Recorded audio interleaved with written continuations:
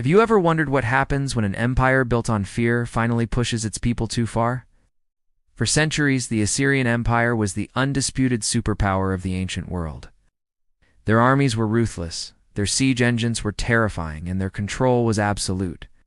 They carved out a vast territory through sheer brutality, leaving a trail of conquered cities and subjugated peoples in their wake. But there's a saying, what goes around, comes around. And for Assyria, the bill was about to come due. Imagine living under that kind of oppression, your culture suppressed, your people enslaved, your wealth plundered to glorify a distant, cruel king in Nineveh. For generations, the Babylonians, the Medes, the Chaldeans, the Elamites, and so many others had endured this reality. They were scattered, defeated, and seemingly powerless against the Assyrian military machine. But beneath the surface of fear, a different fire was burning, the slow, simmering heat of resentment. A shared hatred for their masters was the one thing that united these disparate peoples. The cracks in the empire began to show not with a single dramatic event, but with a series of internal struggles.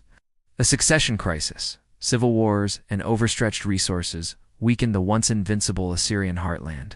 The constant campaigns of terror had taken their toll, not just on the conquered, but on the conquerors themselves.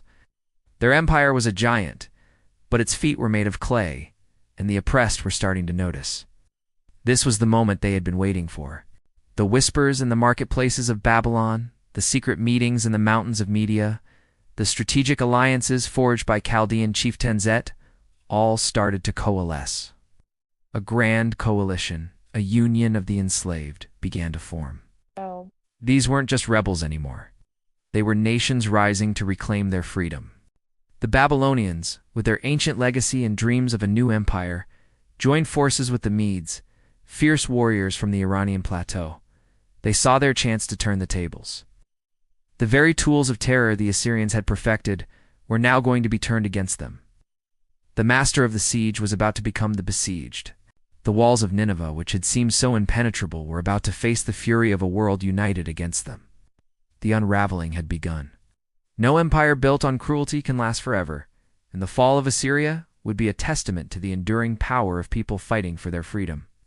We'll dive into the epic sieges of Ashur and Nineveh in our next video. Make sure you resubscribe so you don't miss the dramatic conclusion to the story of the Assyrian Empire.